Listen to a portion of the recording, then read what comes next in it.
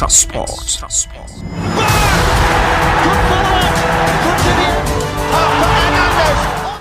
لما عنتون بركت الولو بحر تساجرنا إن العلم حدا حسابات ونالو يوم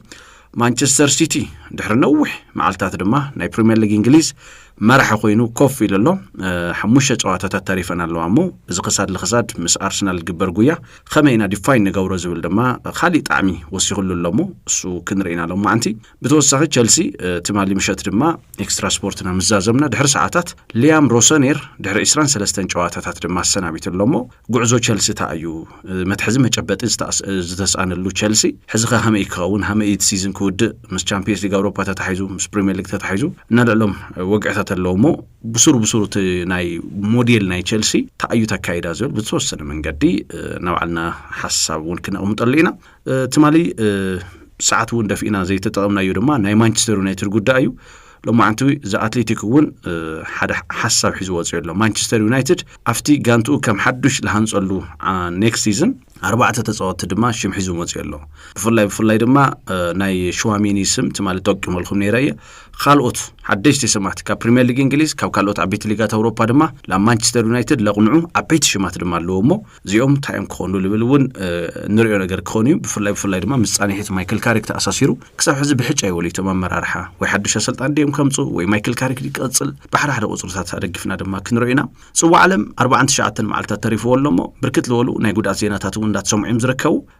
ትማሊ ምሸት ድማ ባርሴሎና ትናይ 9 ነጥቢ አፈላላይ ሓሊሉ ክቅጽል ላሚን ያማል ለመዝገባ ፔናልቲ ድማ ተድልዮ ነራ ብድሕሪኣ ድማ ላሚን ያማል ተጎዲኡሎ ብዙሕ ዜናታት ተሰሚዖም ነሮም ሕዚ ታዕቢ ዜና ክኾን ልኽእል ድማ ላሚን ያማል ሲዝን መወዳእታ ኣይመለሰን ተባሂለሎ ንጽዋ ዓለም ኸልብል ድማ ክንሓትቲናሞ ምሳና ኾነታ ጸጋይ ረዳውን ተጸምቢርና ለሎ ማዓንቲ ክብሮ ማርያ ሓቢሮኩም ኣለኹ ቴክኒሻንና ደሱ ምስ አባላቱ ድማ በሓባር ኣሎ ጸግሸይ ሰላም ዲ ሰላም ደቂ እንኳ በሰላም መጻኻ ብርክት ለወሉ ጉዳያት ኣለውናሞ ምናልባት ናይ ቀረባ ጉዳያት ብምልዓል ድማ ክንጅምርና አዩኑት እንልዕል ትመርጽ ምናልባት ውን ካብ ስቱዲዮ ረሓቅ ምስ ባልካ ብዙሕ ነገር ተፈጢሩ አሰልጣኒ ቸልሲ ተባሪሮም ማንቸስተር ሲቲ ኣብ ተርኒንግ ፖይንት ና መጻኻ ብጣዕሚ ይገርመኒ ሲቲ ድማ ብተመሳሳሊ ድሕር ነዊሕ ግዜ መሪሕ ፕሪሚየር ሊግ እንግሊዝ ኮይኑ ማንቸስተር ሲቲ ለው ማዓንቲ ላተኣናገድ ክወስል ብጣዕሚ ይገርም ሃመይ መሪሕ ኮይኑ ማለት ተመሪሕነቱ ከይኾነስ በሃመይ መንገዲ ትቴብል ተራእይዎ ሁሉ ነገር ማዕረ ኮይኑ ወሰብ መስለኒ 37 ናይ ጎል ዲፍረንስ ኣለዎም 70 ነጥብ ኣለዎም 33 ጨዋታ እዮም ተጫዊቶምና በሃመይ እዩ ልብል ናይ ብዙሓት ሰባት ሕቶ ነይሩ አይ ቲንክ ሲምፕል እዩ ቴብል ዝርዝር ለለ ቴብል ተሪኦም ቀሊል እዩ ማዕረ ተኮይኑ ነጥቦም ጎል ዲፍረንሶም ማዕረ ተኮይኑ ፕሪሚየር ሊግ እንግሊዝ ባሰራርሓ መሰረት ብዙሕ ጎል መነ መዝጊው ላብሊው ይልኸድ ስለዚ ሲቲ 69 ጎል መዝጊው እዩ አርሰናል 63 ጎል ኣለዎ ማለት እዩ ስለዚ ብዙሕ ጎል ብልብል ናይ ማንቸስተር ሲቲ ተወሲዱ ድማ ያው ሲቲ ለግዚውና መርሒ ዝረከብ ለግዚውና ክልል ሃመይ ጸግሸይ ያው خزي مرحنا تركيون يا ስለዚህ ያው አርሰናል ምስ ኒውካስል ክሳል ጫወት ልትወሰነ ማልታት ያው ተመሪሕነት ተጨቢጡ ጸንሒ ማለት እዩ ያው መዝሕት ይልጥይ ቆሰብ ግን ብናም ያው ብዙሕ ለደናገር ለለ ይመስለኒ ግን ማዕዝ ላይክ ተመሳሳሊ ጎል ተለውጥ ጥሩ ነይሮም እዩ ሄድ ቱ ሄድ ውን ለብል ሃም ክርክር ውን ስለላተይ እሱ ይላየ እሱ ብድሕሪ ይመጽ ማለት ነው أولي أخذنا له لنمعت يوم أولي أخذنا يلوم إني بزحت أتحيزهم بهد تهديو أي بزعق قول بلا قصرة إلى بلينا سيمبل يو تحقي أتوي الخمن باويو ناي بريمير ليج إنجليز يا أفتها قول ديفرنس لندحر مع رخينا أفتي لحلفوا برنامجات بفلاي بريمير ليج إنجليز لو معمت بقول فلاي ዲፋይን ከግበር ይخلو ኩሰን ይخلو ናይ ፕሪሚየር ሊግ ናይ ሎ ማዓመት ብጎል አፈላላይ ከዛዘም ደው ይخل በተመሳሳል ደማ ከምን በዓል አርሴን ቬንገር ቀድም ሕዚ ኸሙ ተፈላላይ ጋንተ ማንቸስተር ሲቲ ምስ 2011 ማንሲኒ ተናይ ኪፒአር ማንቸስተር ሲቲ አዋ ማለት እንደውም በዝርዝር ክንመጽወይና ኢለኤምቤ ሓደ ናይ አርሰናል ሪፖርተር አሎ ናይ ጋንታ አርሰናል ሪፖርተር አሌክስ ሃውል ይባልና ናይ ዋይኒ ማርክ ሮኒ ሐሳቡን ተጠቅመ ነይሩ ማለት ሮኒ በዓል ልምድ እዩ ፕሪሚየር ሊግ ሃሚ ዲሳይድ ይግበራል ለብል ለአብነት ብዙሕ ጎል አፈላላይ ልሳዓሩሉ ሞመንት ኣሎ ብብዙሕ ነጥብ አፈላላይ እውን ልሳዓሩ ነገር ኣለና ግን ብዙሕ ሰብ ላስታውሶት ናይ አጊሮ ሞመንት ማንቸስተር ዩናይትድ ብጎል አፈላላይ ተሳዓሩሉ እዩ ስለዚህ ታይብል አርሰናል ቲ ዕግበት ሕዚ ሪኢኻ ባክፋየር ይገብር ኣሎ ሓደ ልባዶ ዓወት የመስገሞ ይዓግብ ነይሩ ትጋንታ ሕዚ ላፍቲ ትክክለኛ ሞመንት መጽዮ ኣሎ መብዛሕትኡ ግዜ ሰር አሌክስ ፈርጉሰን አቱም ሰባት ጎል እትዩ ስለለ ይፍለጥ ማለት በጎል አፈላላይ ወን ኩዳ ስለልخل ብልተኻለኩም መጠን ልረኸውኩም ዕድል ላው ጎል ቀይሩዎ ይልልና ነይሩ ይሉ መጀመሪያ ግን አይመስለካ ይሉ በቃ ትመርሕ ተለኻ ገለ ጎል አፈላላይ ስታገብር ላ ጠረጴዛ ክመጽ ይልኻ ትግምት ይሉ በቃ ብልኾነ ነገር ክትስዕሩሃም ትኽእል ይኻ ትፈልጥ ይሉ ሕዛ አርሰናል ካፍቶም 33 ጨዋታታት ለመዝገቦም ዓወታት ነው ሐቂ 21 ዓወት የመስገው አርሰናል ካፍቶም 21 እንደገና ቶም 10 ሓደ ልባዶ ዓወት መስገውሎ ሓደ ልባዶ እዚ ጥንካሬው ምዃኑ ዓመት ሙሉና ጽወና መጽና ኢና ኣብዚ ሰዓት ግን ጥንካሬ ከይኾነስ ሃም ድኽመት ጌርካ ድማ ተወስደ ኢኻ ብዙሕ ጎል ብለ መዝገበ ብልብል ኮፈላላይ ለሚኸዝለ የስ እና ሰለስተ ጎል አፈላላይስ በማንቸስተር ሲቲ በጣም ለጥቃ ጋንታ አርሊንግ ሃላንድ ለሐዘ ጋንታ ትሪየተለኻ ብዙሕ አፈላላይ ፍላይ ዛናት ማልጨዋታ እንደገና አይ ቲንክ አጅገረም ያ ታይ ክብል ደሊግ መስልካ ጸግሽ አርሊንግ ሃላንድ 26 ካብላቲ አብ ብዙሕ ጌማት ጎል የመዝገበይ ተረዲካት ፈኩስ ማማየኮ አይ ብስሩ ሞተር ናይ ማንቸስተር ሲቲ ሓደ ሻምፒዮን ልኾን ጋንታስ ያ ሳይገለ ጎል ጥራሕስ እኮል ይኾን ከዝና ባየር ሙኒክ ተኸይድኻስ 190 ጎል ለቁፀረ ማለት በጣም ብዙሕ ዲፈረንስ ነው ብርግጽ ማለት አርቴታ ዋንጫ ኮስደሉ ለደለ ተርን ለማዕመት ልተፈለየ ምኻኑ ሪናይና ብዙሕ ኮና ደገፍና የመጽና አይና ማንማ ያስታውሶይ زحد البادو عصرت جواتاس حد البادو مودوم يخوني تدستا يسو كطعمو ارسنال طنكرا تيمي ليس سعر تيميو بزح جول لي اتو تيميس زاس واي وين چامبيون خوينا يليكوكا حزقن لما قراقر مصيو لو تغداي ያው ሳይንስ ለኮ ከዛና ጉርቆሾ ብዙሃት ተመራመርት ታዩሉ አሰልጣንት ለተፈላለየ አርጊመንታት ነው ላብናት ብሬንዳን ሮጀርስ ይመስለኒ ብዙህ ሰዓሚታዊ ቆሾል ተቆጣጠረስ ጨዋታ ይሰዕር ለልንዮ ሓደ يوم እንደገና በጣም ለጥቃ ጋንታ ይሰዕር ብዙህ ጎል ለውጠረሉልንዮ ሞርና ምጥቃ ፍልስፍና ለختلو ሓደ لو حدا قول قصرو غانتا شامبيون يكون للغزي كوزيوم سلستو امارات نيكا ስለዚህ ፕሮሰስ ጌርኻ አጥቂኻ ተኸላኺልኻ በሰለስትዮ ዋንጫ ከመጽ ይኸሊ ያ ስለዚህ ሚኬል አርቴታ ሞር አጊው ትራህተለ ሆነስ ትናመ ጀመረ ፕላኑ ጎል ከቁጽሮ ይብዙ ጊዜ ልጻር ሞርት ወላ ታሪኻዩት አርሰናል ለሃነጽሉ መንገድ ትሪተለኻ ሞርና መጀመሪያ almost لعل 400 مليون ምናምን ነገር አውጥስ ኣብ ተኸላኸልቲ ኢንቨስቲጌሩ ብዙሓት ተጫዋቶ ተኸላኸልቲ ይገዝዩ ነው ዊሊያም ሳሊባ ወላ በኻዲ ምጹ ግን አትሊስት ከማርሴክ ተመልሱ በሕሳት ኮይዶስ ተመልሱ ናን ካላፊዮሪ አጥቃይ አይገዝዩ ዝናተ ሀለ ማለት ነው ሞካው ሞር ዲፌንስ ሚድፊልደር ለሆኑ ያ ኢቨን ዞ ማጥቃትሉ ለምኮ በጣም ጎየቲ አንተ ወዳት ተደሆነስ نا ديفنس مينتاليتي للو ما حركات صراحه تلقون عينت يسري سلت بيزو مكل خالو انا بزح جي بالحلف التنغاغرنا ينغرني ما تتجوات زي سلطان يمين ميكيل ارتيتا ما لا ما سيايو عاويو ما غرقوشوس اتيغاس افت برينسيبلنا لا ما سياتين اتيغاس تزناني خاوصايل ግን توسنا ما سينير جواتها كوسك جبري خالي ما بيب غارديولا تمسسال اللي خونه فلسفنا يم تمايرون ما تعلم ما سياسنا يوهان كرايف فلسفنا يم لقتلو كوغن مزحتو يجي اللي خلو لا بي سي جي لا رينجرز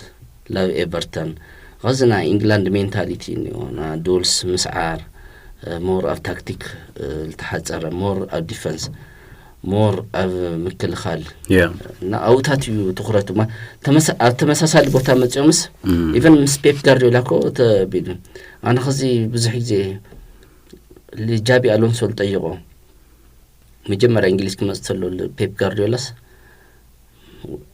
دول سعرني ما سكند بول ما تشامي قعشون دحر سعرها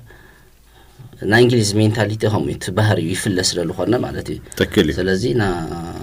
ميكيل ارتيتا لهم عين سنه البونا للومات يا حزت ابايت على له العونت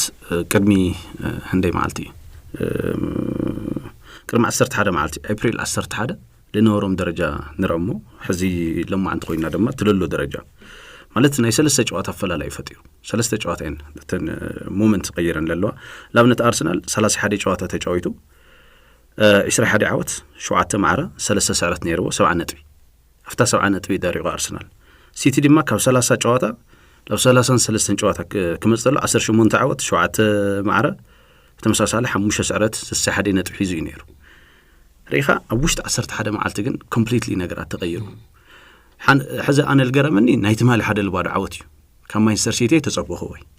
بلوك لي تشاوت برنلي مخان تفلت إخ مالت لورد جانتاي هملي دحني فولتيهم جن كي وكر هم تلتنا جرو دحرج عواتس بك دقفتنا تتقع من الناس أخول نجاريلي كدقفتنا توم تكيت قريتهم لا سيريم لا أتي دقفتي إنجوي جرم متوسط يوم تشاوت دسك ولا أيو جن أو 9 دقيقة دولي بالجانتاي اللي قليل نيرو هنا كاو سيتي تتابلاتون النارخة بقول ديفرنس ون كمر حمل خيل أو قمتنا أتاخا مالت ما عاد عدلاتي تفطيرت مالي بقى ريان شيركي بين الفتنومس بزحت يوم أو صاريتهم كنا نجاجر نخلينا أرلينغ برو تالنت كافتا لمس جوا جول وصاي هندي أسيست تغير اللي صحيت في مالي ندوم غارديولا مجرشات هايلو أو أرسنال اللي خونه الود أنا إنرجي الليلي بس أرسنال نورج عطا خبيت عطاي اللي خاله ود بقولوا تون تفتيني مانشستر سيتي برناردو سيلفا ون 10 كيلومتر كشف انت قديدو جواتها سوين لك جورو معات نجرات فاكتورات نيراميو لازم هاي لو خنا صعنتهم لله ردايه حد البعض مود بسرو دس يدو ناتي التودع لمن قد تاريخا كون يستي لبلن تلتلي ناي موداتاكو عشوس برندا يمكرنا عرخيوم تودي تجواتاكو وات اف اقول خنا نجرت المزغا بزح مالت زلو ما عندنا وقع لنا وقعس حزنا يمس انا بالي هو حزق لو ما عملتكو ارسنال ايفن لوز تجيرو شامبيون دحل يخونا ማለት ብልሳአነሉ መንገድ ባሉስ ልደገፍት محرري هذا ليزناني ጋንታዩ ኢልና ነርና ማለት ሞር ኣብ ውጽኢት ትኩረት ሊገር ካብ ውጽኢት ለንድሕር ሲኢኑ ኮይኑ ከቢድ ኢሉ ኮንዶ ማለት ነው እና ታይክለ ከደለ ውጽኢት ጥራሕ ተለኾነስ ምዝነና ኢለ ዞም ተጫዋቶ تردي خندي زنا زوم تجاوتوس ማለት ዞም ተመልከት خلت عين كركر نيرنا لخونه ጊዜ ማለት ቶም خالوت ደገፍት ታይሉ ነይሮም ምዝነና ታይተ ሊገርና ማዝና 2000 ጽዋይና እንደለ هو 2006 2007 2008 ልናራና አርሰናል ቲም በጣም حارف ጋንታ ነው በጣም ለዝናኒ ያን ሮዝስኪ ያን ሴስክ ፋብሪጋስ فلاميني قال له قانتا أنا عارفه السو عارف قانتا قلنا ما وصيت يقولي إذا قلنا ولا عايزناني تهجر لنا لازناني قانتا ما وصيت للينا للنير نا قلتي لازم نقارن دقنا خبيت كسارة يلخون حزي لافتم حد قدات كنا متصمم بفلاي مثل ليستر سيتي لما ساسلنا قرينيو نيارسنا نيلو معمت ማለት ቶታሊ ለሌስተር ይመስል ይከሆነስ አርሰናል ማለት ከፍተ ተቃላሊ 21 ዓወት ፍርቂ ሓደ ልባዶ ወዲ ወለሙ 48% ከፍተ ለታዓወቱሉስ ሓደ ልባዶ ማዕወት ዮም እዩ ማለት ሃምዝና ገብሩ ጋንታታት ቻምፒዮን ይሆን እዩ በበዓመቱ ለአብነት ናይ አርኒ ስሎት ሊቨርፑል ውን ተመሳሳሊ ነገር ነይርዎ እዩ በተመሳሳሊ ተናይ 2008 በተመሳሳሊ 2008 ሲዝን ማንቸስተር ዩናይትድ 2011 نمجرش أنا فرغوسن تناي مودعتا عوت المزجبة جانتا لما 16 جواتاس حد الوارد عوت مزجوي كفتي وين لجورس 16 حد الوارد عوت لجورينا أو أرسنال ترى يخوني جستجن 61% عوتو حد الوارد لخونه دم ليستر سيتي نيك 61% 48% ينانو لنا بأوبن بلاي دم بتمساسالي تعويض أجمع سندين أرسنال بأوبن بلاي بزح قولي وليو لأنت 6% يو بأوبن بلاي قول تمسجوا الريست كاب تطولوا لكو عساسود ما تمسجوا ميومنا بأوبن بلايس حدا نت وحدا حمشته بير جيم قول الله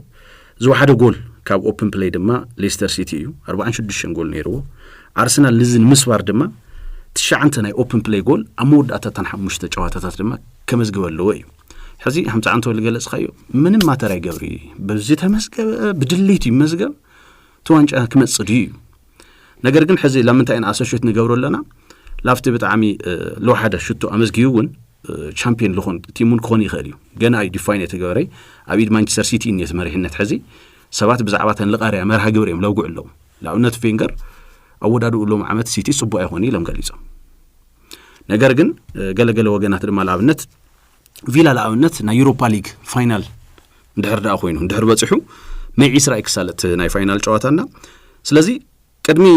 ትናይ ፋይናልስ 96 ሰዓታት ድማ ሲቲ ልገብሮ ጨዋታ ነው ትናይ መወዳታ ናይ ሊግ ጨዋታ ማለት ነው ኦነ ኤምሬ ድማ ናይ ሮቴሽን አሰልጣና መኻን ትፈልጥ ይኻ ናይ ዩሮፓ ሊግ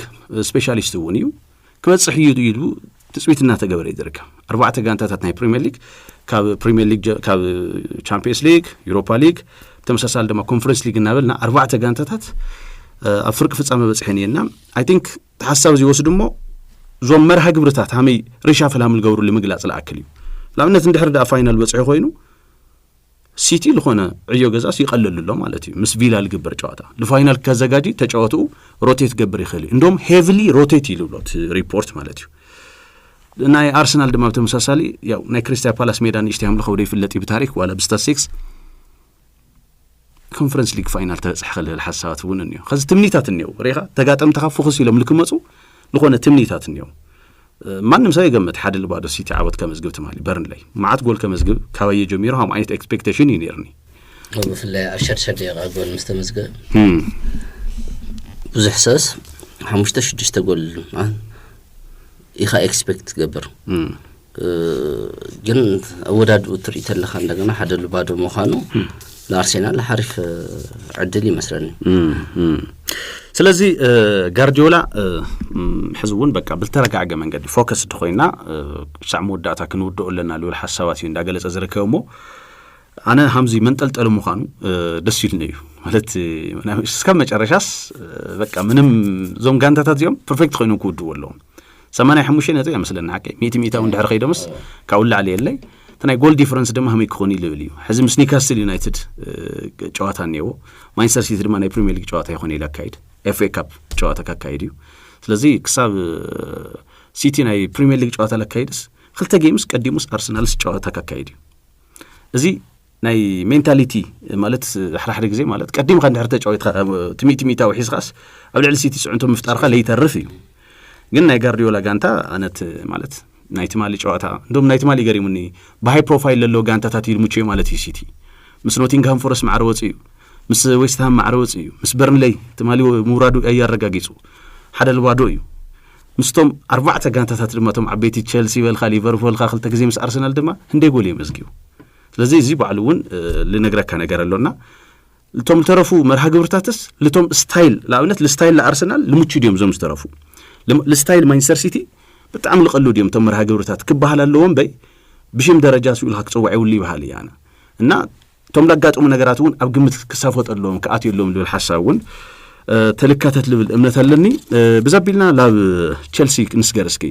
ሊያም ሮሰኔር ተማል ተሰናው የተመለው መስናዋቶም አንዴ ተርፍ ያው ማለት ውጽኢታቱን ይናገር ነርሞ ሐሙሽ ተከታታል ናይ ፕሪሚየር ሊግ እንግሊዝ ሰራት ሙድማ ጎል የመዝገብ ኸሙጻ ካብል ሐለፉ 8 ጨዋታታት ድማ በተመሳሳሊ ፖርቱጋል ይልባል ጋንታ ሕዝስ ላብ ሊግ ተወሪዱ ተማሊ በካርዲፍ ተሳይሩስ ላብ ሊግ ተወሪዱ ስለዚህ እንደም ገለገለ ወገናት ለሙቹ ጋንታ ሆይኑ ዲዩ ሸዋት ልባዶ ሰይሩ ወይ ሚለው ምክንያቱ ካውጻይስ በሁሉም ይተረምሪሙ በኒውካስትል ተሳይሩ በኤቨርተን ተሳይሩ አሜዱ ሰለስተ ተከታታል ሰይረ ተሳይሩ ቻምፒየንስ ሊግ ብለው ዋርድ መንገድ ወዲቁ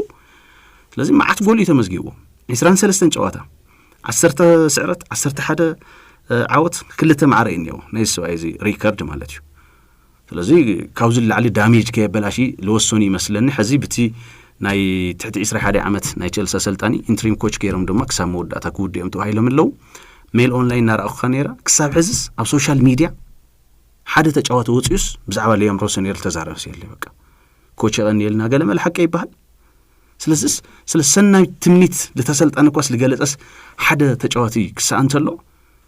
ድጋፊ ሲኢኑ ነሩ ዘሰልጣን እዚውን ክባል ይካልዩ إسرائيل سلسلة جواتا سلسلة ورحبون أي ملي توهيل له زي سلطان زمو هميني رصاني حيتو مالت صاني حيت ليام روسوني رحم يخرج تجورو تعيني رتسعجم تبل موديل نايتشل سون كنا لعلنا خلينا مالت أنا كم جمرة جميرو بزح لأمن سلطان الحمد لله مالت experience لليوم سلطاني ددلي ما هذا experience اللي ولهم تجاوته يوم أو للو توم تجاوته بعد ملا بزح أنتني بزح جي سلطاني خزي جابي ألونسو نتوعت لناس جابي ألونسو سوس كاب بزح تنا توتو نا استمرو كابيب غارديولا كاب بينيتيز كاب جوزي مورينو نال ناس ديل بوسكي قال الناس بزح تسوينا هنا كاونا سيسك فابريغاس لاتيلخاس بزحات انتوني كونتي بيب غارديولا قال لنا الخط تصوعت خدخه ميكيل ارتيتا بتمساسالي كارسين فينجر كاب بعدو كاب بيب غارديولا تمهرو نغرني بزح نغر زي كن بكا واين ماركروني نايو سلطان ما كنت سلطان خويني جميرو ماركيوز دينيرو هل سيتي مني لا سلطان غير ማለት قصي روني بتجاوتنته በጣም ተድንቆ ተጫዋቲዩ በስልጣንነቱ ግን ፌለሪቲዩ ነው ድቀት ምልክትዩ በስልጣንነት አንተ ለመጣጠን ጭራሽ ይሆነ ናሮኒ አበስልጣንነት ለሉ ታሪክና ፍጹም ለከስታውሶ ላይ አይደል ይልሆንሱ እና ስልጣንነቱ ታሪክ ማለት ነው ያው ሊያም ሮሰናሪ ሆም አይነትዩ ማለት በትክክለኛ ተጻኒዑ ለመጻ አይመስለኒ ማለት ከሁም ሲስተር ካምፓኒው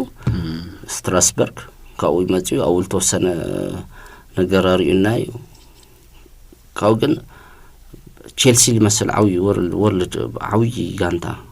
ማለት በጋንታ ማዝ ጋንታ ዚስ ተስተውሰተ ሆይን خاص قدم 5 ወርሕስ ና ክለብ ወርልድ ካፕ ለፒኤስጂ ሰለስተ ባዶ ሲዑሩስ ሻምፒዮን ለሆነ ጋንታዩ ማት ንሽተን ኮርቴል خاصነ እንደገና ኮንፈረንስ ሊግ ለሪያል ቤቲስ 4-1 ሲዑሩ ለመጸጋንታዩ ولا كما عقن ቸልሲ ተለይሆነ ኮንፈረንስ ማለት ንሽተን ግን ሪያል ቤቲስ ግን قليل ጋንታ ይሆነ እዩ ማለት አይ ጀስት ግን ካብ ተሳተፍካ ግን ተምጾለካ እዩ አያ እሱ ኻሊ ጉዳይ ግን አም መጨረሻ ትክክለኛ ስኳዱ ገለተ ተቆይሞ ስለሆነ እንደውም ማለት በናይ ኮንፈረንስ ሊግ ስኳድ ይሰይሩም ማለት ለፕሪሚየር ሊግ ነው ለኮንፈረንስ ሊግ خلت ቲም ይነሩ ኮማሪስ خلت ቲም ብዙህ በመቅያ በሮቴሽን ለፍለጥ ሰልጣኒ ካው ላዝም ጽተልተልኻ ቻምፒየንስ ሊግ አፍ ስታንፎርድ ብሪጅ ለባርሴሎና 3-2 ሰዓረ ጋማ ትጋንታ ናዓቅሚ ማ ጸገምهم ለይውሉ በደንብ ለረይካዩ ማኔጅመንት ዩ ማለት ስትራቴጂክ እንትኑ ባሉት ና ትጋንታ ባሉ ፊቸሩ ባሉ ንሽተን አብንግዲ መሰረት ለግራሪ መስለና انا كنا دلو لشطو هم زمنا باقي በቃ እሱ እንደውም ማሙ አቂ ይحش ለዛም كل መግላጽ ማለት ሀሚና እኔ ቸልሲ ለማ አንተ ነው ወገቱ ለከተለውስ በቃ እሱ ይሞጽል ያና ለሆነ በቃ እና ደለበ ለሸጥኝ ሐቀይ ካውድማ ማዓዚክ ሸጦ መስደለበ ይልሸጦ ዕዳጋ ተሰዩነ ከጽንሐዩ ሀም አይነት ሞዴል ይላውነት ጄምስ ጊተን ለባህል ተጫዋታ ቢኒው ከዶርትመንት ለመጸ በ50 ሚሊዮን ተዓደገ ተጫዋቲ በተመሳሳሊ ናይ ጋርናቾ ዕድጊት አነ ሁሉ ጊዜ ይልገርመኒ ካብ አያክስ ደማ ሃቶ ለባህል መንሰይ ተጫዋታይ ታገብር ይመጽዩ ማለት አፈላላይ ክፈጥር ዲላፍ ቸልሲ መጽዩ ካው መብዛሕቲኦም ቶም ናይ ምክልኻል መስመሩ ታሪኽ ያደማ ናይ ቸልሲ በጣም መናሰየው አዎ ስለዚህ ኤክስፒሪየንስ ቻምፒየንስ ሊግ ሪከርድ ይመስል እስራኤል አት አቨሬጅ አድማ አዎ ለናስ አድማዩ ተጠቀመ በዛህቱ ጊዜ ኤክስፒሪየንስ ኑሎ قليل ነገር ይሆን አፍት ጋንታ መላዕ አልፈጠር ላውነት አዊ ኤክስፒሪየንስ ለለው ኑሎስ ሪስ ጄምስ ካፒቴኑ قدم حزقن افتقانتا جون تيري لامبارد دروغبا ايفانوفيتش زيهم بملهم ناشنال تيمومس كابتن مايكل بالاك لا جيرمان جوروني ميكيلو او نيجيريا موزحتيومس كابتن مايكل غانا አታወድ ሁሉም ካፒቴን ይሁንና ካፒቴንና ለምን ላዓል ምንም ጸገም ይማት አሜዳውሽ ተሰልጣን ሰርሁ ስራህስ ንሽተኒ yes even خزي نا ኢንዞ ፈርናንዴዝ ድሕርዝና ኖ ብድሕርና ኤቨርተን ስዕረት ማለት ብስሩ አቅጣጫ ላይ ፍለጥ ጋንታ ይሉ ብድሕሪው እንደገና ናሽናል ቲም ስኸደ ና ሪያል ማድሪድ ነገር አለሉ ማድሪድ ስልክ አምስ ሀምና ቦካ ጁኒየርስ ተመሳሳሊ ወይዘር ነው ለማለት هم عينت أستيات مهاو بعلو زتات كون تجنا بعلو كوكريلا غفن سبين ناشنال خيلو لهوا أستيات سنة قرطات يقسمي هذا جواب بيدرون بتمساسال لما كول بالمر مس يا تلتسعر وجهاتها مس ما يسمى نو تناي قربا غزي زناي برايتن جواتها نا برايتن او هم لي سلفوس تقرطاطناي كوكريلا ايو እንደውም አነታ አይል ቁርጣጥ ይገሪሙኒ ነው ጨግሩ ስለሆነ ግን ኢንስታግራም መስለኒ ፖስት ገረጥ ፊ ወይ ስለዚህ ሊክ ይገብሩ በቃ እዚ ምርግጋ እንደህር ለለ ፍቅር እንደህር ለለ ባይዘው ወይ እንደህር ልቢ ለይገጠመ ወላው ዛብ عدنا ነው ሓደ ተጫወት ንግሩን ተለው ለሆነ ቅሬታ ታሒዝካ ታአቲ خلامير አይሳخ አይሎም ደማ ይነግሩን ነይሮም ስለዚህ ዛስ ዋይ ውኒ መስለኒ መብዛሕቲ መሰልጠንቲ ኣብ ተጫወተ ፍቅሪ ልክህሊ ክትሓጋገዙ ምንታይ ሜዳ ገለ ብዙሕ ልጽዕሩና ለሰባይ ግን ከመጀመሪያው ትዕዛ አይ ቲንክ ጽቡቅ አቀባበል አውን ተገበረለይ ማለት ብዙሕ ተቀባልነት ምን ይخصخ የሚለሞ ማለት ሞርና ላንጉጅ እንግሊዘኛ መምህር ይመስልና ላንጉጅ መምህር ምንጽሩ ገሩ ከለገሩ ካው ሪኻ ኣብ ለሐለፈ 5 ተጫዋታታት ትርኢት ለኻ እንደገና በጣም ቼልሲ ሊምጥን ማለት 5 ጌም ተከታታሊ 0.0 ጎል እዚ ማለት አሚቲ 12 ና ቼልሲ ታሪክ ሚቲ 12 ዓመት ና ቼልሲ ታሪክ 19 ለፈለማ ጊዜ ና ሚቲ 14 ዓመት ገይሩ ማለት እዩ 1912 قدم خوينات قدامي عالم مالتي which is قدميوس أبز عمت السوس أبز 1914 نا تايتانيك مركب سمت أتلو جدي نا نحن بفيلم قالينا نفلت أزنا سلس الحرق هو بس لا ساعات يو 19 ساعات تسرح إنجي يرخي خالد الفيلم صحيح زس تيشرت للو ساعات اليوم أنا يوم لقمته هو تيشرت لقرمك أقول كافتم كتماتات حليفوسي انجيتي قال حقي حزب الموسيقى وقطرني كاس تايتانيك بقى من يلغيو كاي نغرك جن عداغا بطعمي معنات زنኛ فيلم يو بطعمي دغاغيم خكتريو نغيرك يغنانا قدم تايتانيك اتودي العلي اللي مالت قدمي موفي مرايناس لسمعكم معت نغرات ستوري واي ساكوات موت يقولك هذا واسوبا قالنا من ما رغاغص يبلخاي ترديكا وإثيوبيا راديو نغركا وإثيوبيا تلفزيون انا كفل خلتي ما كاتب بتاعي الفوتيوم ليوناردو دي كابريو كيت وينسليت بتاع دس لها قاو قتلوا لس صار حزكو بروز الفلطه سبني بروز يعني ما تعرف فيلم يسرحه بدي لازم زريدر الفيلم بتاع حرف تكم الله شيء كاغنا نا تشيلسي كما تلخت لهم مس برايتن مس ايفرتون الجورو سلسته البعض جواتات طرحت لي خلاص مس برايتن الجورو እንደገና خبير تحمشت جواتات تريت لها تقولوا 11 البعض يتطلعوا وصيتو لريكا معناته كون እንደገና بتقلالا اوزن 5 جواتات لرخيو بماخلايس زلوست اكسجي لمزغبه ما تعمل تحت اكسجي لمزغبه غانتا تشيلسي مالت تحت كل كاتلوس كاول تحت للوستهم لوردو غانتا تاتيو وولفسنا برنلي هاي مكرك بالتلو على نتو 0.8 اكسجي بماخلايس خزي لاونس خفزوم 10 طلال اقول لاتيس 10 حدا قولي كاو اكسجي لمزغوس 5.4 እዩ اتليست 5 ጎል ቁጥር ነይሮ ማለት ነው እና 73 ፈተናታት ተካይዱስ 13 ይጥራህ እዩ ኦን ታርጌት ኦብጀክቲቭስ ለተፈላላዩስ 15 ተጫዋታ ይሞክሩ እና 60 ኦፍ ታርጌት እዩ ካቶም 73 ቶም 60 በቃ ኦፍ ታርጌት ይሞክሩ ማለት እዚ ለሬካ እንደገና በቃ ቼልሲስ ልደኸመ እንትን መሆኑ ማለት ነው ካው ትልገደደ እንደገና ታዩ ወርክ ሬቶም እዩ نازوم تغانتا مالتي بوركريتو توسدو تلخص ما أو 34 بريمير ليج جواتاتات أو 34 يوس بزح ديستانس كفر بمقبارس بكلهم توليجهم بكلهم مالتي غزل أبنت مس ببوزيشن خوشو بمحز غزي لحاشا يغانتا ودو تشيلسي أي حمي بزح بوسس يقبرين كاوغن ورك ريتو جن بتعملوا ورده غزي مس برايتن أو لنا رجواتاس ببوزيشن لا توليجهم 4 ميتاويو كاون دغنا ورك ريتهم دغنا لوردو لابنت بشومنت كيلومترز توليجهم ما شومنت كيلومتر خزي حدا تجوات ديستانس كفر لغورلو ما تلناس تجواتي ما حدا قايس كيلان مبابي وي فينيسيوس جونيور لغويو ما مزحتيهم 10 حدا قالوا ان زوبيميندي قالك هو صحيح يقولهم ما خيدو تتويلو ان جيمس ميلنر 10 توم بتاع تعرامات لبهلو مالتي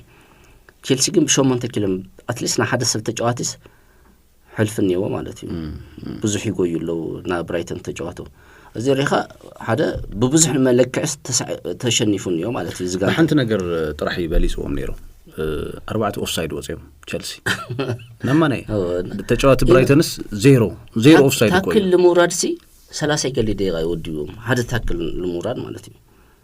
مس برايتن اولنا رجواتا زين دغنا بطعمي سنفنا لري صق شيء ازي حمي هاري تغبرو مالت اسلطاني اندحر ليتو دل يخونخا همزه عينت ملكتات يوم بقى ناي لغمنيا ملكت كوي يا خزكو افت اسلطاني تسلطاني بعلو بزعبه تكتيك موقع قلا ترجم يولي توم بيزكس البهالو يس زيوم يوم ما خزي لاونت بسلال فخم زي يغلغلت تخوين تخلي خاكو ازي كن توم مسرتاو لغون نغراتسي لوزي غبر لويو اكزاكتلي نا ازي خزي نا مانشستر سيتي وينا ارسنال وينا مانشستر يونايتد طلع تخوين خاكو زات ايت نغر ምክንያቱም ቶም መሰረታው ልባሉ ዞም ኤራል ዲዮልስ ይስዕሩ ኻው ይትስዕሩም ወይ ፖዚሽን ትወልጾም ይወልጹኻ ላውንስ ጠቅላላ ቼልሲ በማኸላይ ካው ተጋጠምቱስ ጠቅላላ ፕሪሚየር ሊግ ካውልጎ በ5 ኪሎ ሜትርስ ልንአሰ ይልጎይ ማጥቁል ጊዜ ይወልጹ ትልታሐተ ላውነት ካው ንሽተን ሐፍለ ሊቨርፑል 3 ኪሎ ሜትር ይጎይ ማለት ተሐተ ይጎዩ ካው ተጋጠምቱ نا أرسنال تمثل خان دغنا كافتغاطمتوس بلاس 4.4 كيلومتر يقوي ناس عاركس 4.4 كيلومتر لس ديستانس كفر انا بتعامل سربرايز لغيرنا مانشستر سيتي خز بزح لغوي غانتاي ناري بزح جي ديستانس كفر يشوفون بزح جي ديستانس كفر تهلي صخا مالت حرف غانتاي مالت يخوني نورمالي ريال مدريد هم توليتوس يسعرك سلسته البادو مومنتات مالت سكوع شو الغير وتايتا يومي افشنسي كلي كانيو ما صريت كلي كانيو ما غويا طرحس يخوني كوعشو كتمصلكوت غوايو كا بزح غزي لا كوعشو بلاي كوعشو لغويو غويا مثلا مس بارسيلونا تشاتلخا اتلتيكو مدريد بزح غوي يخلي ግን አሰልጠንትኒው ለአብነት ቀዲመ ለሪዮሲ ማለት بتلول خيّ معكاني مالت بتورك ريتسي تبليصنا دنا يتبلصنا يلرئي لهم يرجن كلوب لما جمر الرئيس السويو مكنياتو تتيم بهاريو سوسل الخونه تناخاسي قالتات مالت معكاني السويو لابنتنا يلو معمت ليفربول مغلصو يسو يخوني مالت بتعمل غوي عينت تيم يخوني ارني سلوت لخونه كغير ولدلي نغرنيو هي خاندها كلوب جن مجمر الرئيس السويو يميلهم بوتا تبليصنا بقى توانا بيزيك نيغر كوعشي انا الحاسو يلو بقى بو كبلص يبلي فلسفنا يا اكزاكتلي معنات السؤال لو نت بيب غارديولا قدم حزيب كوعشو بمقصصر لتامامات كوعشوس يجد بقى كم 5 or 6 رول حقني كخزي احامشتو يعش 6 سكند وشتس كوعشو بور ريكفر مبار كوعشو تمليس كان منطال كندغنا 15 باسرول بحالني 15 ጊዜ ቶም ተጫዋቶ ክሳዕ ፖዚሽኖም ቃወሉን ይወም ተቆሾ ካውት ቲም ፖዚሽን ታሃንቲ ፒላር ፒ ፖዚሽን ያ እና ሁሉም ተጫዋታ አርቲክለኛ ቦታውም ክርከውን ይወም ካዝ ብዙ በፕሪንሲፕል ሌደራ በፍልስፍናም ሌደራ ደሩ አሰልጣንተን ይወም አውዚ ግን ፕላን ይውሊ ትጋንታ በሁሉ ተተበሊጽኻ ጸገሚ ካው እንደገና لو معمت وانا صقمو ناتغانتا ديسيبلين ديسيبل شو عتنا بريمير ليج اي كارد رخيو እዚ ትሪል حدث ليكو لابنت لعل 4 دقيقة جلس ندحر بقيح كارد وصيكا خوينسي ያው ትቦል ዝና ኪሎሜትር رحقات له ያው حدث يقول لك አለው ዝባዕሉስ ለቲ ኪሎሜትር خاص ለዚ خዚ ልጽዋዕና የምንትና ሓደ ፋክተር yes ካው እንደገና ለተደጋጋሚ ና በረኛ ሰዓታት خዚ ሳንቼዝ ብዙሕጂ ክጋገተሉ ትሪኻ ካው ለሐሽን ካው እንደገና ስፔስ ጃልና ጨዋታ ሳንቼዝ ከልዕና ይልሆን ይሎም ዮርገንሰን አምጽም እሱ እንደገና ተመሳሳይ ሰዓታት ይሰራል خዚ ና ቼልሲ ወርልድ ክላስ قدم حزين بيتر تشيك تيبو كورتوا لمد غانتا خز بن سانشيز እንደገና ተደጋጋሚ ሰዓታት ማለት ካውና ናቀጽልኮ ሳንቼዝ ብዙ ሰዓታት ተሰራ ከማህሩ እንደሎ መስለኒ ምክንያቱ ወርልድ ክላስ ለሆኑ ሐለው ተለዳት በመሐዚዮም ሻምፒዮን ኮይኖም ነይሮም ናይ ባላንዶ ኦር ቁጥር ሓደ ሐለው ልዳት ሜንዲ ነይሩ ያው ገንዘብ ዲት ላይፍ ስታይል ሌላ ሳዑዲ ኸይዲ حريف حلا ولداتنا هاللي يخيل بميندي لما عودات النيو كورتوا بلاس دما بيتر تشيك دما كتل التقلي غمو هذي كافت حلا ولدات جميرخا كافت موديل ناي تشيلسي بوعلو توم عنتو الجلسنا يوم مالت ابزح الساعات غارناچو مغزا لتشيلسي نساسيتي بلي يكون مالت مع التجاوتي او تترفري فورمولا وزللو بوتا مو بغارناچو لفل كمصتلخا ريخا واغو وانا فاكتور كوتاي دمسل ككيبي كساخزي تشيلسي تعويض اقم بيست 11 يفلي وز مانشستر يونايتد كل لاين ابو زي اخونا نوص نخلينا ارسنال كنوص نخلينا مات زنا كرنت performance ومسرت غيرنا ማለት تشيلسي هم بروتيشن مات روتيشنو مات even حلو لاتس حراجيس ارغطኛ ላይ ተቆነሉ ጊዜ ነው ወለም አንተ ሳንቼዝ ዶ ዮርገንሰን ዶ ገለት ፍሊኻ ስለዚህ እሱ ባሉትና ቤስት 11 ላይ ምፍላዩ ተጋንታ ሓደ ጋዩልት ليام روسنير دحر إسران سلستن جواتا تسنابي تملو سكولاري دحر 36 بتمساسل جراهام بوتر دما 31 جواتا أندريس فيلاس بوس دما 4 جواتا مسكاي اليوم تسنابي تمومو تشيلسي لسلطن تون غيزي حمله بزيهم كله ملاخته كوني خو اليوم مسو عالم تتحيزو 4000 انت معلت تريفو لمو هوغو ايكيتيكي رودريغو ستيفاو كساب حز دما غدات بصحيوم تواهلو يوم لصو عالمون ايبصحنا تواليم زركو موت مال دما لامين يامال ناي هامسترينج غدات بصحي ولو همتي الجلص بتوم ساينتيستات جريد 1 لبال هامسترينج كساب 3 سومن كاميديا رحقكايو جريد 2 لبال دما كارواعه كساب شمونته ات جريد 3 لبال تزخبده دما كاب 3 كساب 6 اوارح دما كاميديا كترحق يقددكايمو لامين يامال دما از سيزن زي ያው የለይ እንዳተባለዩ ለባርሴሎና ለሀገራው ጋንታ ስፔን ደማ አብአዊ ለደንግጽ ኩነት ደማ ለከመጡ ገርቦ መለው 0-0 ለደንግጹ ነገራት ነይሮም ለአብነት ናይ CR7 ሃምስትሪንግ ወዓለም ጽዋ ዓለም ደከም ለጦ ተዋይሉ ወዲያው ተመሊሱ በተመሳሳሊ ኔይማር ለጽዋ ዓለም ለምጽሕ ደማ ናተጓይ ዝርከብ ሕዚ አበይት ጻቅጥ ጨዋታ ለለውም ደማ አበይት ኳኹት ተካካይዲም ባየር ሙኒክ ለአብነት እነ ኦሊስ ያለው እነ ዲያዝ ያለው በተመሳሳሊ ሃሪኬን ታገጥ መፋም ለኸላይ ተፈልጠይ ባርሴሎና ማዓት ኸዋኽብቱኒው ሪያል ማድሪድ ድማ ለተላሊጋ ለምዕዋት ኩሉ ነገር ለከው ኤክስፔክት ይግበርዩ ማንቸስተር ሲቲ አርሰናል ናልና ድማ ክንቅጽል ንኸሊና ስለዚህ ዝጽዋ ዓለም እዚ ጾም ኸዋኽብቲ ከድምቆ ለኹሉ ብጉዳት ከይንስኡኖም ለብል ድማ ሰጋታት ኣለሞ ባዕሉት ስኬጁል ድማ ዓረፍት ለህብ ስለልኾነ ለተም ተጻወቲ ባዕሉት ትሬኒንግ ድማ ኢንተንሲው ተጫዋታውን ኢንተንሲው ስለዚህ ጉዳት ጥራሕ ለኩ ይኾን ከዚ ዋና ወርልድ ካፕ ተጽዕኖ ማለት ብዙሕ ጊዜ ከዚ ኣብ ጽዋ ዓለምስ አይ حرف ፐርፎርም ይገበር ይገሊልና ተጫዋቶ ክንሐሚን ሰምዒና ማለት ላይ همز ጋንቶ ይኾን ከዚ ለአብነትስ ና ክሳዕ ቻምፒየንስ ሊግ ፋይናል ኦስማን ደምበሌ ተወጽሖስ ካውና ዓረፍት ጊዜስ እንደይ ነው ኣብነት ኣብ ኦሎምፒክ 6 ወርሒ 7 ወርሒ ለኦሎምፒክ ይልኻ بوق لخون لممد لخون إنرجي تكبيخه قوي ويقال غاز ماراثون تحت قوي خين خا من مسرح يلخي لذا أولمبيك طرح خالي ودر كي جبر خجل لا طرح يخت ودادر ناتعنا خالي خا فيتنس خالي خا قال لتودر بوق خين خاطر كبيخه أول لتكاب جن هم لبال نجاري لي نعنت كل جوات لا مين يعملني كخزي تمالي تقوليني هذي التوسن تحرقود أتلا نا ماتش فيتنس خا كم تصنيو تمارسوا لافت تورنمنت لنا وورلد كاب يلخد أو perform من ده اللي جارع حسبه خذ مستقود أتته تدرارة بجواتات سنا فيكستشر نزاع كاو دم بدنجت كيغوني ACL تمساسال دم هامسترينج يوم لقات مملنا እዚ ብጻዕቅ ትሬኒንግ ልመጽን በተመሳሳል ድማ ናይ ጨዋታ ምድርራብ ድኻም ፋቲግ ለፈጥሮ ይኮ ከዚ ካው ታይ ይገብረል خالد እንደገና አበቃዓትካ ተጽዕኖ የምጽእ ማለት ኮንፊደንስ አይህልካ هم ቀደምካ ማለት ተመልሱ ይመጸን ልል እንደገና ሜንታሊቲ ይህልካ ስለዚህ after world cup ከዚ ሐድሽ ተጫወተ ለይተጸበናዮም ፐርፎርም ልገወሩ ብዙ ጊዜ ለዩ ከዚ ክርስቲያኖ ሮናልዶ ሰለስተ እዩ ከዚ ፖርቹጋል ጽዋ ተወሰድተላ አብዘም ክልተ ጊዜ ኔሽንስ ሊግ ፕላስ ተሐደ ዩኤፍኤ ካፕ ተወሰድተላስ አሐዲስ MVP ተባለ ግን ደግሞ ናዩ ታሪክ አጋንቱ እንደገና ልገወሩ ነገር ቻምፒየንስ ሊግ ነው ሰደ ገለገለ ለይተጸበናዮም ተጫወተይና after ቶርናመንት ልደምቆ ላውነት ዝና ኮሎምቢያዊ ሐመልስ ሮድሪጌዝ አጋንታ ምንም ነገር ማበቤንች በግዛዕ ገለ ይጸንሕሞ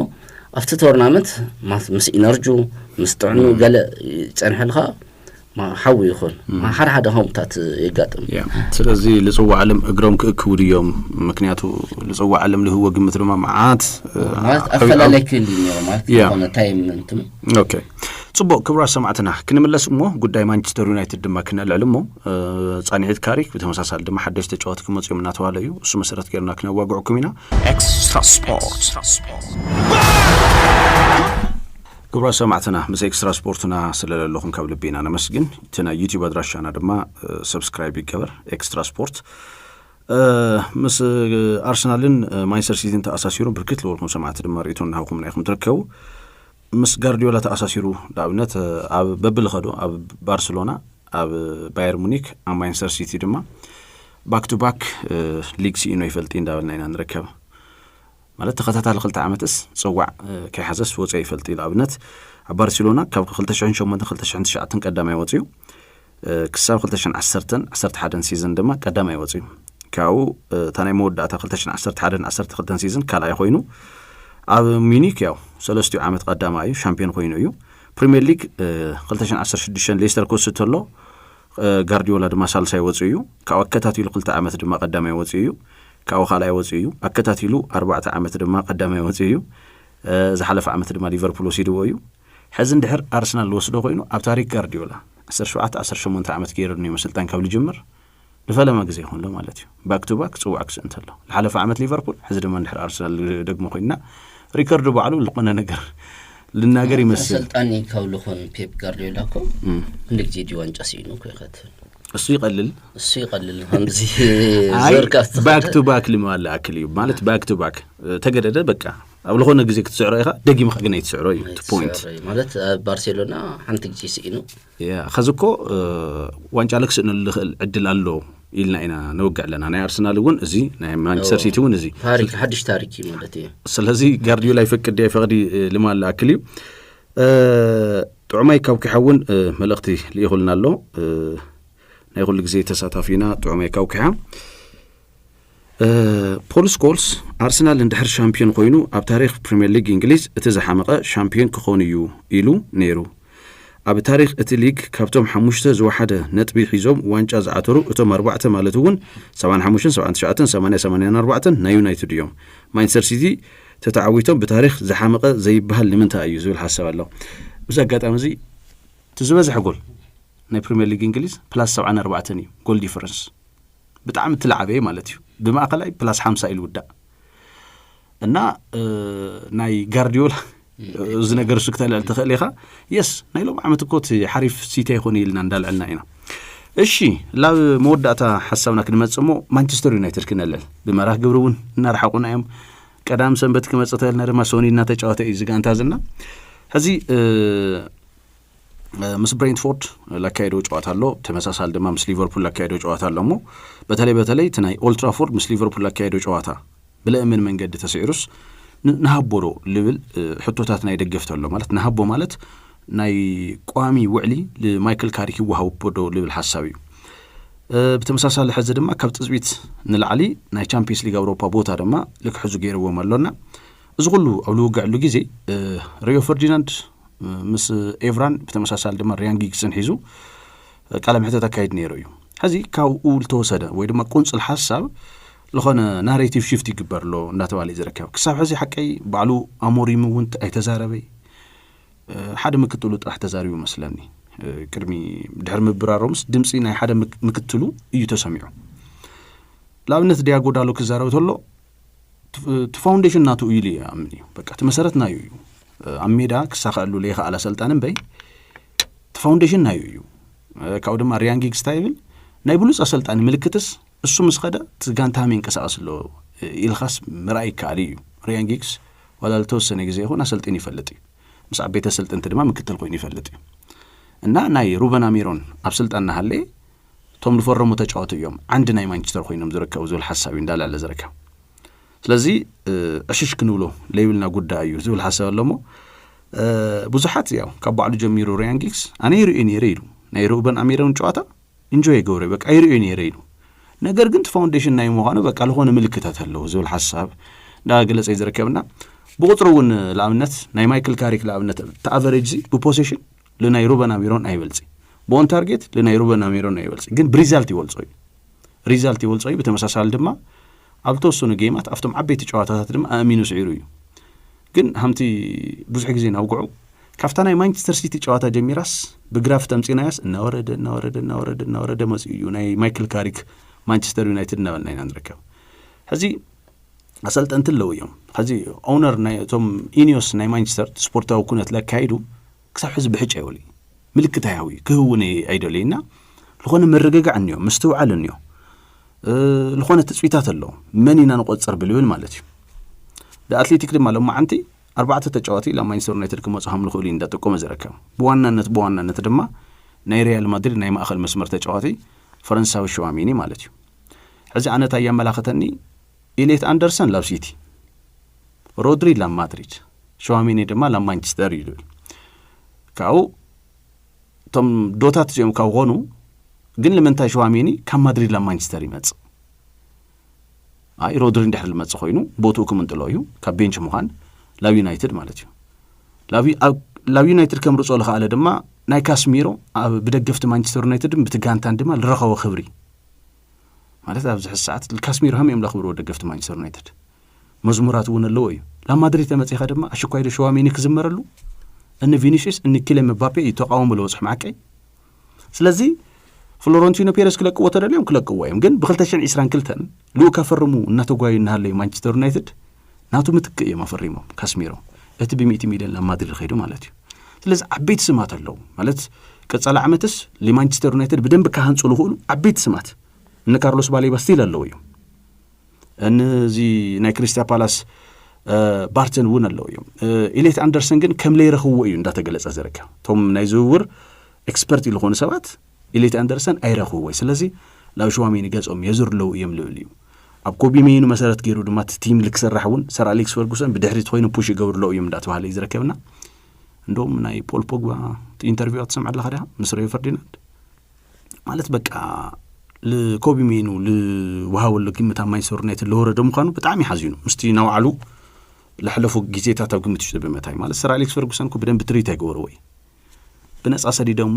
ካብ ዩቬንቱስ እኮ ብ80 ሚልዮን እዮም ዓዲጎሞ ተመሊሶም ስለዚ ከምዚ ዓይነት ታሪካት ልከይህሊ ዝተፈላለዩ ሓሳባት እናተገለጹ እዮም ዝርከቡና ለሊቨርፑል ሰዓረ ኣይሰዓረ ቻምፒየንስ ሊግ እትዮም ኣይእትዮም ሕዚ እውን ደጋጊምና ንገልጹ ሓሳብ ስለዝኾነና ሕማዕፀይ ክንገብሮ ኢለየ ናይ ማይክል ካሪክ ጻንዒት ሃመይ ኢኻ ትሪኦ በቃ ኦልሬዲ ብሬንትፎርድ ኣለዎ ሊቨርፑል እውን ኣለዎ እዩና ማለት እቶም መብዛሕትኦም መሳርሕቱ ወይ ድማ ደቂ ጋንቱ ነበሩ ክምረጽ ኣይደልዩ ኣይዶንኖ ኢጎሎ ክኾን ይኽእል እዩ ኣይዶንኖ ጀስት ግን ተናይ ሜዳ ዘሎ ፐርፎርማንስ ኣመይና ክንገብር ንኽእል ኔግልስማን እናተባሃለ እዩ እንታይ እዩ ፕሩፍና ኔግልስማን ኣይ ማለት ማንቸስተር ዩናይትድ ማይክል ካሪክ ካብ ልመጽእ ብብዙሕ መለክዒ ቶፕ ኣሰልጣኒ ምዃኑ ወሪድና እዩ ለኣብነት ብውፅኢት ተመጺኻ ካብ ጃንዋሪ 10 ካብ ጥሪ 17 ጀሚሩ ከዛ ናብ መጀመርያ ጨዋቱ ጀሚሩ ክሳዕ ኸዚ እንድሕር ብውፅኢት ለኪዕና ይኺና 26 ነጥቢ ረኺቡስ ቀዳማይ እዩ ኣብ ፕሪምየር ሊግ ካሪክ ካብ ልመጽስ ተቀዳማይ ጋንታስ ማንቸስተር ዩናይትድ እዩ ካልኣይ ማንቸስተር ሲቲ እዩ ብኽልተ ነጥቢ ድሒሩ ማለት እዩ ምስ ኣርሴናል ዘለዎም ን5 ነጥቢ ፈላለዩ እዩ እና እዚ ትርኢት ኣለኻ ዩናይትድ ካብ መጀመርያ ለዞም መብዛሕትኦም ደገፍትና ማንቸስተር ዩናይትድ قديم تلمصلنا نيرو لايك احدر تلمص نيرو زغانتاس ستيل ناونجا تفخاري نامخان عدل نيرو ብዙሓት ሰባት ነው بس እንደገና ቁጥር እንደህር ይኸይ እንደገና حقوم ማለት خلت ጊዜ ጥራሕዩ ተሳዒሩ ከብል መጽ ሸዋት ወርሽም ተሳዒሩ خلت ጊዜ ጥራሕ ማዕረወት እዚ ሙኻስ ዓዊ ጋንታ ፍርኽርኽ ይሉልና ረጋንታስ እንደገና ለፍት ትክክለኛ ሜንታሊቲ ማለት ባክ ቱ ትራዲሽን ና ማንስተር ነራ ባህሊ ማለት ና ሰር አሊፍ ፈርግሰን ጋንታኮ ሁልጊዜ በሊጹ ካይሆን ይልሰር ተወሊጹስ በቃ ተቀያህ ማሊያ ባሉ መፍረህ ስለለ አፍተን ሞመንታቱ ግን ይቀትለካ ማለት خزنا ቻምፒየንስ ሊግ ብዙሕ ጊዜ ምስ ባየር ሙኒክ ነልዕሎ እንትን ትብሉጽ ጋንታኮ እንትና ባየር ሙኒክ ይኔሩ ግን ደግሞ ተዋንጫ ለወሰደ ግን ሞኻስ አልተወሰነ ፍርኽርኽ ማሽርፍራፊ ሰከንዳት ተዋንጫ ታዊ ያ ግን ብርግጽ ሽዑ ጸግሸይ ማለት ሱ ልምቋም ላይ ሆነስ ፖል ስኮልስን ሮይኪንን አፍተ ፋይናል ይኖሪ ማለት በተረጋጋሚ ቢጫ አፍተ ጨዋታ ሮይኪን ማለት ለዋንጫ ልክ ሐልፉ ልገራ ሮይኪን ኢቨንትስ ልጎለው ጨረሱ ግን ፋይናል በነ ዴቪድ ቤካም በናይ ማአኸል ደም ተጫውተን ኩለከደ ግን አፍተ ሞመንት ግን ያው ተለሐሸ ጋንታዩ ማለት ተለሐሸ ጋንታ ይሆነ ዋንጫው ሲዱ ባየር ሙኒክ ጽቦ ነይሩ ሕዚ ቲ ቫንዲቪን ሚኪ ቫንዲቪን ያው ቶተንሃም ወን ወራድ ቀጠና ስለርከብ እሱውን ትናይ መከላኸል መስመር ለመምጻ ወይ እንደገና ማለት ሰለስተ ዓመት ሪቢውልድ ዲም እድል ይሁም ኢኒዮስ በተለይ ለሩበን አሚሮን አው ሰለስተ ዓመት ከተማ ሐሾለ ካዝቲም እዚ 2018 እንደገና 2028 ዋንጫ ከበል አለው ወይ ፕላን ዋንጫ ከበል አለው አብ 150 ዓመት መስራታና ማንቸስተር ዩናይትድ ብጽዋዕ ጽምበለለው እዩ ተካይዳ ሕዚ ሊሳንድሮ ማርቲኔዝ 16 ጨዋታ ጥራህ አካይደ ካብ 33 ጉዳት ተደጋጋሚ ዲሊክት 13 ጨዋታ አካይደ ካብ 33 ስለዚህ አቬላብል ላይ ሆኑ ተጫውቶ ሂስኻ ዋንጫ ሙሳድ አይካል እንደገና አድሞ 33 እዩ ኤግዛክትሊ ስለዚህ እዚ ለምግባር ቀጻለ ዓመት አምክልኻሉን ሩኢ ልባሃል ተሳትፎ ከካይዱ ትጽቢትና ተገበረዩ በተለይ ግን ጣዕማ ማለት አፍኻ በኢድኻ ክትጽዕኖ ልገብሩ ልገርሙ ናይ ማእኸል ተጫወተ ግን ማንቸስተር ዩናይትድ እና መልመለ ወዲዩ ተዋይለለው ላብነት ፋብሪዞ ሮማኖ ለማዓንት ሰሚዕዮ ክልተ ሽማት ወዲዩ የሚሉ ቀልጢፍ ኻዳይ ተዛረው ናይ ዝውውር ዜናን በይ ክልተ ሽማት ማንቸስተር ዩናይትድ ወዲዩ ምክንያቱ ኡጋርቴ ሆነ ካስሜሮ ስለልሸጥ ስለዚህ እዚኦም ሪፕሌስመንትን በይ ተወሰኽተም ሊሆኑ ደገፍ ማንቸስተር ዩናይትድ ወንፈልጥ አብ ከዚ ለለው ና ማእኸል ተጫወቶ ሌኒየሮና አይደን ሄቨን ጀም ፖቴንሻሊ ልክ همزና ሳሊባና ና ገብርኤል ማጋሊሽ ተመሳሳል ጥምረት ክህልዮም ይኸልዩ ለእንትን ለዝና ተሌሉ ለመጽ ውጽኢት ግን ለቀጻሊ እምበይ ለና ኔክስት ይር አይኾኒ ማለት ንሽተን ዕድመ ገለ ኤክስፒሪየንስ የልዮም እዩ ማ ቫንደቪን ግን ምርጥ ሚኪ ቫንደቪን حرف تجواتي مع بريمير ليج بتاع حرف تجوات كون دغنا توتنهام نمرات حدا غنيوا معناتها الشامبيونشيب كجوات اكسبكتد توري لما عت خواقبت يبقى بخسل له واقع خاتغزلنا اما خل እንደገና ማንቸስተር ዩናይትድ ማለት ካስሜሮ ኮጺ ኡጋርቴ በፍጹም ለዝጋንታ አይመጥኒ ስለዚህ ለብሩኖ ፈርናንዴዝና ለኮቢ ሜይኖ ለሕግዙ همن ኢሌት አንደርሰን ወይ ደግሞ አዳም ማርተን ወይ ካርሎስ ባሌባ ይናናል ነርና ስለዚህ ካርሎስ ባሌባ በርግጥ ና ንሽተና ፎርም ሙራ ደጋጢም ወይ ነው ማዓመት አብራይተንስ ኦልሞስ 15 ጨዋታታትስ ተቀይሩ ይወጽዩ ኢቭን ተንሰለስተስ ከፍርቅ ተحرر 5 ደቂቃ ይወጽዩ እና ዋጉ ዋላ ማርኬት ቫልዩስ ከ100 ሚሊዮን ለ50 ሚሊዮን ወሪዱ ሸዋሜን ይሉልስም ግን ነይሞዳታ ሬቶ ከሰምዕ ሙክን አጽ ፕሮግራምና ለማንቸስተር ዩናይትድ انا اي انت اي متني تليغونس اي مخرشي انا اوكي تمغري صبو كبر سمعتنا صباحون ناي سومن زتناي موداتا بروجرامنا حيزنا كنمصينامو اغرام ريتو روبين فامبرس دما هم حدا اجندا كنغبروينا على فيسبوك ادراشنا وين كنتقعلكمينا كمانشستر سيتي هنا كاب ارسنال ناي زعمت بلوس تصاوتاي ممراጽ አይካሊ ምክንያቱ ከም ሲስተም ከም ቡድን ስለልጫወቱ ካብ خالوت ጋንታታት ግን ቤስት ተጫዋች መምራጽ ይካሊ ሉድማሪ ተይዩ ስለዚህ ጽባህ ክንምለሶ ኢና እሱ ማለቱ ያው ብሩኖ ፈርናንዴዝ ማለትና تكركر حزون حاوكن ولا علمو مسمعتنا هين مين كن بهالينا Extra Sport.